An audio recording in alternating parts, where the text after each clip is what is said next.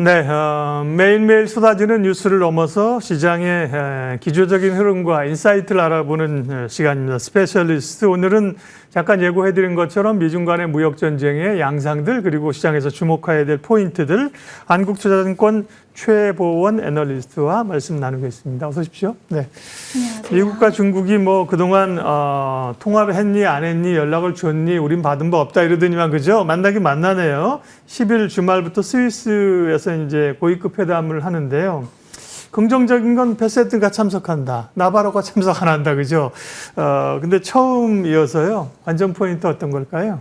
아무래도 이번에 이 미국과 중국이 공식적으로 만난다라는 거에 상당한 의미가 있다라고 볼 수가 있겠고요. 예. 여기서 초점을 둬야 되는 거는 이 협상의 방향성이 조금 더 구체화가 되느냐의 여부입니다. 네. 그리고 지금은 중국 쪽에 초점이 맞춰져 있지만은 이번 주에 함께 보셔야 되는 사항은요.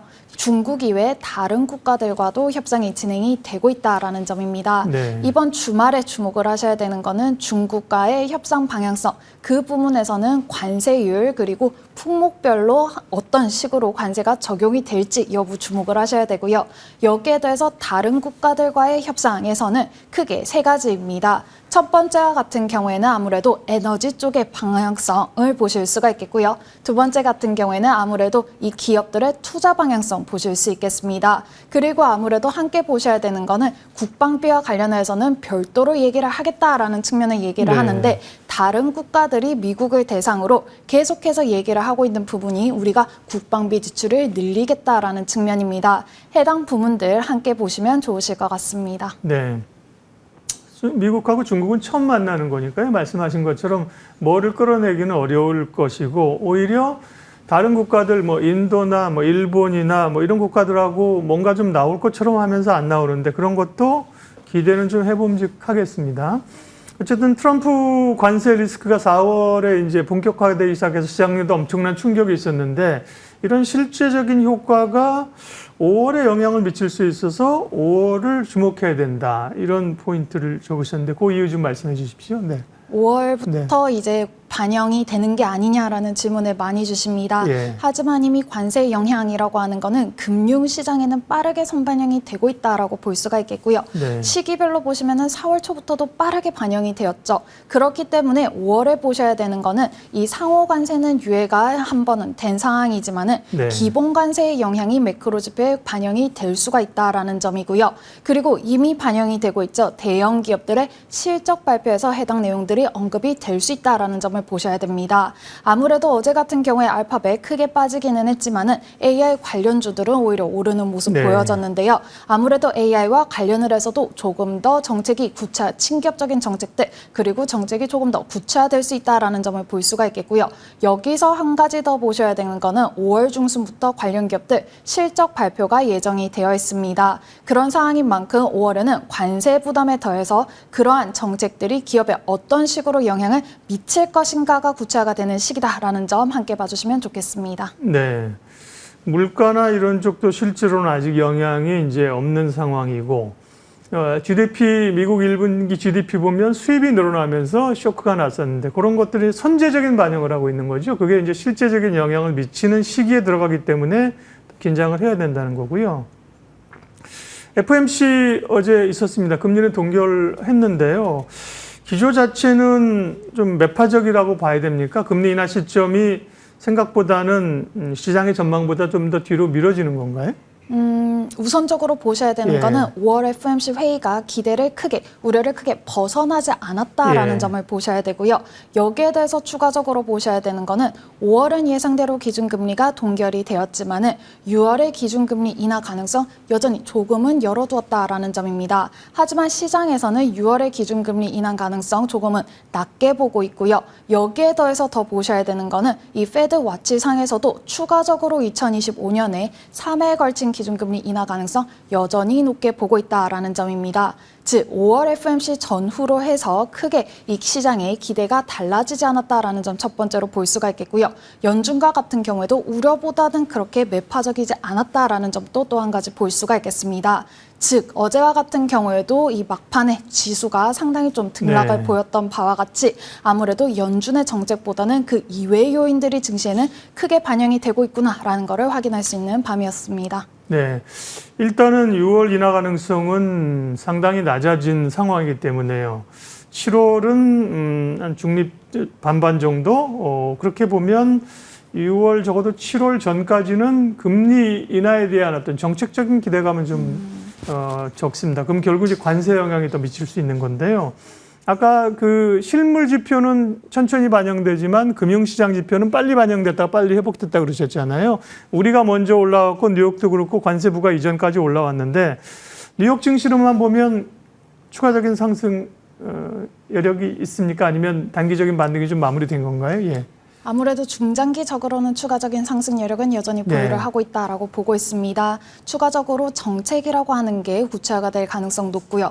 그리고 대형 기업들의 실적이라고 하는 게 우려보다는 양호합니다. 그런 상황에서는 추가적인 상승 여력은 가지고 있지만은 5월에 보셔야 되는 거는 4월에 상호 관세를 우려를 하면서 조정을 받았던 분이 대부분 회복을 했다라는 점인데요. 12개월 포워드 PR 자체도 20.6배를 회복을 했습니다.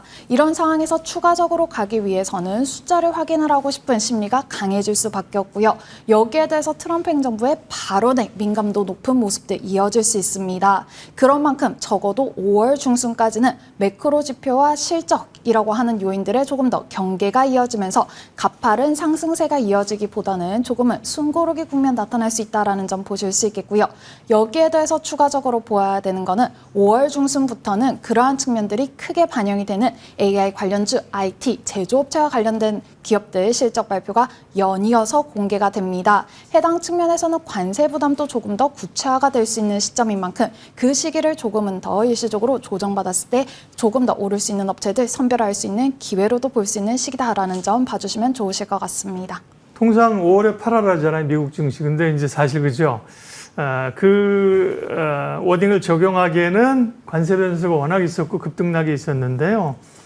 대체로 그러니까 5월에 올라온 흐름들에서는 뉴욕 증시 단기적인 전망들은 약간 좀 횡보로 보시는 거군요, 그러면. 밴드권 등락이 조금 더 이어질 수 있다라고 볼 수가 있겠고요. 예. 그러면 계속해서 빠질 것이냐. 우리 셀인 메이라고 하는 네. 그 문구 때문에 상당히 좀 우려를 많이 하시는데 작년도 그렇고 재작년도 그렇고 저희가 5월 전략을 말씀을 드릴 네. 때마다 그 얘기가 나왔었는데 항상 계속해서 빠지던 흐름은 아니었습니다. 네. 그 전의 상황들도 함께 고려를 해야 된다라는 점. 그리고 올해 같은 경우에는 올해 초반 그리고 중반, 후반을 조금은 구분을 하셔서 대응을 다르게 가져가셔야 된다라는 점 함께 말씀드립니다. 네. 그러니까 이제 맥락을 우리가 잘 읽어야 돼요. 5월에 팔으라 그러면 5월에 팔고 그러면 뭐 나머지 11개월은 그냥 주식 없이 놀러 다니느냐 그게 아니라 계절적으로 그죠. 5월에 팔고 다시 10월쯤 주식을 사라 이런 게 같이 붙어 있는 단어입니다. 여름장이 별로 안 좋다는 건 미국도 그죠. 가을에 사서 봄에 파는 그런 계절적 요인이 통계적으로 있다는 거지 다 맞는 건 아니고요. 기업 실적 잠깐 얘기하셨는데 사실은 지금 1분기 미국 기업들의 실적을 놓고 상당히 우려했습니다. 1분기 좋은데 다음 분기가 불확실한 거 아닌가? 굉장히 우려했는데 지금 실적 나오는 거 보면 실적도 좋고 시장 반응도 나쁘지 않은데 평가 좀 해주세요. 우선 1분기 실적만 보시더라도 네. 70%가 넘는 S&P 500 기업들이 예상보다 양호한 EPS 발표를 네. 하고 있습니다. 그런데 문제는 2분기, 3분기 전망치가 상당히 좀 낮게 평가가 되고 있다라는 점인데요. 하지만 이것 같은 경우에는 지난 분기도 지지난 분기에도 동일하게 나타났던 흐름이었다라는 점도 볼 수가 있겠고요.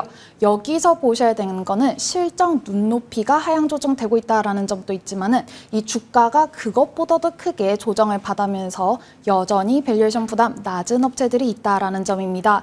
해당 업체들 위주로 조금 더 들어가시는 방법이 필요하다라고 보고 있고요. 어떻게 선별을 할 수가 있느냐라고 하면은 아무래도 이 눈높이라고 하는 게 0.2%, 0.3% 정도 낮아지더라도 주가가 10%씩 빠지는 업체들이 있습니다. 네. 그런 만큼 지금까지는 많이 빠졌던 업체들이 동반 상승하는 모습이 보여졌지만 지금부터는 동일 업종 내에서도 조금 더 차별화가 커질 수 있다라는 점 볼 수가 있겠고요. 어제도 알파벳과 디즈니 주가 상당히 나뉘었던 것도 실적에 대한 불확실성이 나뉘었기 때문이죠. 그런 측면 함께 고려해 주시는 게 지금부터는 더 필요해졌다라는 점 볼 수 있겠습니다. 네, 그러니까 미국 기업들도 이제 기업별로 영향이 좀 이제 다른 거군요. 그러니까 뭐 팔란티어 같은 경우는 실적이 나쁘지 않게 나왔다고 하나 또 밸류에 대한 부담감으로 또 급락했더라고요. 그죠? 어제 뭐 알파벳은 AI가 이제 검색 수요를 대체한다는 이런 것 때문에 좀 이제 빠진 거고요. 네. 2분기에도 대체적으로 괜찮은 것 같고요. 네. 한국투자증권 최보원 애널리스트와 매크로 이야기하고 있습니다. 환율 얘기 이번 또 해야죠. 우리 연휴 동안에 쉬는 동안에 대만 달러가 강세를 보이면서 어제 우리 원화가 강세였고 어제 시장에서 가장 큰 화두가 이제 환율이었는데 다시 1,400원 근처까지 올라왔습니다. 지금 1,300 지금 환율 보는 건 1,397원이니까요. 여기서 단계적으로 더 빠지지는 못하네요. 아시아 통화 강세 배경하고요. 우리 원화 얘기를 좀 해주세요. 아무래도 환율 같은 경우에는 하향 안정화가 될 것인가에 대한 질문이 많습니다. 네. 하지만 이 환율이라고 하는 거는 잘 아시겠지만 상대적인 그렇죠. 지표이기 때문에 달러라고 하는 게 어떤 식으로 진행이 될 것인가라는 거를 큰 그림으로 볼 수가 있겠는데 달러와 같은 경우가 계속해서 강세 국면으로 가기보다는 점차적으로는 조금 더 약세 국면으로 갈 가능성 높게 평가가 됩니다. 하지만 지금 단기적으로 빠르게 약세가 진행이 됐던 만큼 그 속도는 더딜 수가 있다. 하지만 이 달러가 조금 더 약세 구간으로 가는 시기에는 원화도 조금 더 강세 구간이 이어질 수 있다라고 볼 수가 있겠고요. 그리고 갑자기 1,300원대로 가다 보니까는 네. 이게 뭔가 큰일인가라고 볼 수가 있겠는데 이 한국 같은 경우에는 사실은 이 기존의 다른 통화들이 강세로 갈 때 조금은 덜 간 부분이 있습니다. 그런 측면이 이번 주에는 좀 크게 반영이 되는 모습이 보여졌고요. 하지만 달러가 다시 한 번 더 강세로 전환이 되는 모습이 왔다 갔다 할 수 있는 상황이 적어도 5월에는 이어질 수 있는 환경입니다. 그런 측면에서는 원화 같은 경우에도 지연된 부분이 반영된 이후에는 지금부터는 조금은 등락이 이어질 수 있는 국면이다라고 볼 수가 있겠죠. 네. 환율 얘기 조금 시간이 좀 있어서 조금 더 주변 얘기를 좀 여쭤보도록 하겠습니다. 미국 그 정부는 지금 어쨌든 트럼프 2기에서는 달러 약세를 좀 용인하는 듯한 그런 분위기이죠. 그럼 근데 달러 인덱스도 99.7인가요? 어제 99.6 그죠? 대략 한 100선 밑에서 가는 건데 그러면 달러의 향방은 어떻게 보신다고요? 아무래도 달러라고 네. 하는 거는 궁극적으로 어떻게 될 것인가 이런 질문들을 네. 좀 많이 주십니다. 하지만 달러만 보시기보다는 우선적으로 이 트럼프 행정부라고 하는 곳이 관세라고 하는 정책을 상당히 강조를 하고 있습니다. 예. 근데 그거를 강조를 하는 이유를 살펴보시면요. 무역 적자 규모를 축소를 하겠다라는 측면이거든요. 예. 그런 측면이 선제적으로 반영이 되기 위해서는 달러 강세가 계속되기는 상당히 힘듭니다. 그리고 여기에 더해서 달러라고 하는 것도 이 유로화와 엔화와 비교를 해봤을 때는 아무래도 해당 통화대 강세로 진행이 되는 국면에서는 조금 더 약세로 갈 수가 있는 환경이고 트럼프와 같은 경우에도 계속해서 강조를 하고 있는 부분이 상대방 쪽에서 아무래도 통화 가치가 높은 수준이기 때문에 미국이 무역 적자가 난다라는 측면을 강조를 합니다. 그런 상황에서는 달러 강세 기조가 계속되기는 솔직히 조금 힘든 환경이기도 하죠. 네. 그렇기 때문에 약세를 용인한다라고 하기보다는 트럼프 차원에서 상당히 그 부분을 강조를 여러 번에 걸쳐서 하고 있다. 그리고 이제 달러가 다시 강세로 갈 때는 해당 부분이 다시 한 번 더 나올 수 있다라는 점을 올해는 보셔야 된다라는 거 함께 말씀드립니다. 네. 외환시장 관련해서 궁금한 게 또 있어서 엔화 얘기만 좀 여쭤보고 다음 질문 갈게요. 사실은 뭐 대만 달러 강세 가기 전에 엔화의 강세로 엔캐리 트레이드 작년에 뭐 8월 5일이었죠. 뭐 그게 주가 급락하고 또 사실은 일본이 금리를 올려가는 거기 때문에 엔화가 추가적인 강세로 가면서 엔을 상당히 긴장하고 있었는데 지금 뭐 달러나 원화도 그런데 엔과 관련된 그런 뭐 변동성 뭐 또 제2의 뭐 플라자 합의 뭐 이런 변동성 크게 열어두지 않아도 됩니까? 네. 엔화라고 하는 거는 네. 아무래도 이 중앙은행들 미국과 일본의 중앙은행의 정책 방향성에 따라서 조금 더 엔화 강세 기조가 이어질 수 있는 국면이고요. 그리고 일본 같은 경우에는 말씀 주셨다시피 플라자 합의를 경험을 한 국가이고요. 2015년에도 트럼프와 힐러리가 다투었을 때 엔화가 그때는 아베노믹스가 시작이 되었던 시기죠. 그때도 엔화가 갑자기 절상되는 모습이 보여졌습니다. 그런 측면인 만큼 트럼프 행정부에서 그런 측면을 강조를 하면은 엔화는 조금 더 약세로 가더라도 다시 한 번 더 강세로 갈 가능성이 높다라고 평가가 되고 있고요. 여기에 대해서 최근에 BOJ 회의도 진행이 되었는데 해당 측면에서도 기존의 기조 이어가겠다라는 측면에 강조를 했기 때문에 조금 더 엔화는 강세로 갈 수가 있는 국면, 플라자 합의로 가기 제2의 플라자 합의로 가기보다는 조금 더 선제적인 대응이 나올 가능성이 높다라는 점 봐주시면 좋으실 것 같습니다. 네. 왜 그 얘기 말씀드리냐면 사실은 이 외환시장을 둘러싼 글로벌 외환시장에서의 변동성과 우려들이 있기 때문이에요. 사실 엔화도 강세예요. 그죠? 엔화도 지금 140원대까지 떨어진 상황에서 뭐 또 엔 얘기도 또 나올 수 있고 뭐 튈 수 있어서 좀 여쭤봤고요. 자, 그럼 이제 쭉 매크로 얘기를 했는데 전략을 세워볼게요. 아까 우리가 뭐 5월 얘기도 했었지만 그러면 대체적으로 지금 이제 5월을 맞이하면서 2분기를 지나고 있는데 시장 전략은 어떻게 가져가야 될까? 이제 해외 증시 쪽이나 글로벌도 커버를 하신다니까 글로벌 증시 전략, 국내 증시 이렇게 좀 나누어서 주시면 좋겠어요. 예. 아무래도 저는 해외 쪽 담당이다 보니까 네. 국내보다는 해외 쪽 말씀을 드릴 수 있겠는데요. 미국, 유럽, 일본 모두 이제 상승 여력은 여전히 보유를 하고 있다라고 보고 있습니다. 하지만 동반 하락했던 부분이 빠르게 회복을 한 상황입니다. 네. 그런 상황에서는 조금 더 동일업종 내에서도 조금 더 선별이 필요해지는 시기다라고 볼 수가 있겠고요. IT 기업들 중에서도 이 미국 내부에서도 AI와 관련된 기업들, 그리고 여기에 더해서 한 가지 더 보셔야 되는 거는 전력 인프라 업체들 중에서도 트윈 테크놀로지와 같은 업체들 최근에 5월 추천 기업으로도 말씀을 드리는데 해당 기업들과 같은 경우에도 최근에는 이 전력 공급에 대한 수요가 계속해서 이어진다라는 측면에서 긍정적인 흐름 보이고 있습니다. 여기에 더해서 헬스케어 기업들 지금부터도 관세 정책이라고 하는 요인에 따라서 등락 보일 수가 있겠지만 그 중에서도 의료 장비 업체들 같은 경우에는 상대적으로 양호한 모습들 보여지고요.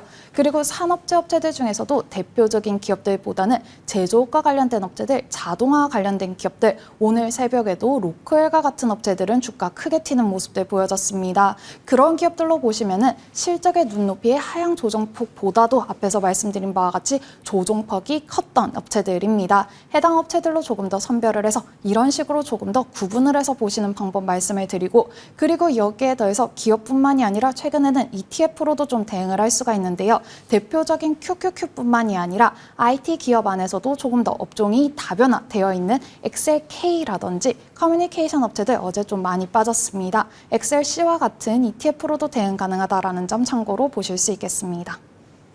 네, 아무래도 이제 글로벌 증시, 미국 증시 리서치를 많이 하시니까 그 미국 시장 중심으로 시장 전략과 섹터 얘기까지 해주셨습니다. AI는 어쨌든 뭐 놓고 갈 수 없는 섹터이고 AI 얘기하셨고 전력 인프라, 헬스케어 몇 가지 얘기하셨고 전력 인프라나 헬스케어 같은 변동성이 상당히 크게 나타나는데요, 지금? 헬스케어 같은 네. 경우에도 사실은 미국에서는 뭐 크게 5가지 이렇게 좀 구분을 네. 하는데 이 제약 바이오 업체들 같은 경우에는 아무래도 미국 내부에서도 관세로 인한 영향을 크게 받습니다. 경기 영향도 상대적으로 좀 크게 받고 있고요. 반면에 의료 장비 기업이라든지 의료 시설 업체들처럼 네. 고령화 관련주와 같은 경우에는 상대적으로 정책 부담도 덜하고 실적도 양호하다라는 측면 함께 말씀드립니다.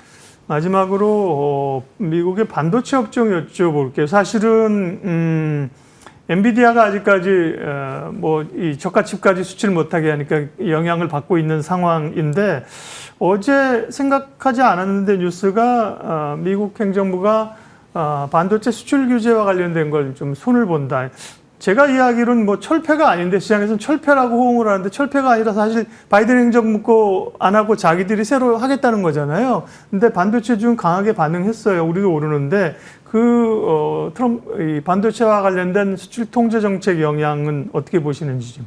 네. 사실은 반도체와 관련을 해서는 탑자원적인 측면에서 업종별로 보셨을 때는요. 관세 부담이 일부 업체가 아니라 전체적인 업체들에 크게 반영이 될 수 있는 업종입니다. 그런 상황인 만큼 어제처럼 조금은 빠져있을 때는 조금만 언급이 나와도 튈 수 있는 환경, 그리고 단기적으로는 실적이라든지 일부 발표보다도 상당히 등락이 크게 나타날 수 있다는 점을 볼 수가 있겠습니다. 그런 상황에서는 2024년 상반기처럼 빠르게 따라가는 국면보다는 조금은 빠졌을 때 대응을 하는 측면, 그리고 조금은 분할 매수하는 전략이 2024년하고는 다르게 가져가야 되는 방향이다라는 측면 이번 기회에 말씀드립니다. 네, 대체적으로 말씀하신 거에 대해서 우리 시청자분들이 해석을 이제 하시면 되겠지만, 제가 이제 들은 거로는 미국 시장이 지금 자체가 뭐 작년, 재작년처럼 이렇게 막 같이 막 동반 상승하는 국면은 아니다, 그렇죠? 그 가운데서 업종 내에서도 덜 올랐거나 조그만 실적 밀세에도 많이 밀렸거나 이런 이제 뭐 키 맞추기 전략이나 그런 약간 좀 세부적인 전략이 필요하다는 말씀으로 이해했습니다. 오늘 스페셜리스트 한국투자증권 최보원 애널리스트 함께했습니다. 고맙습니다.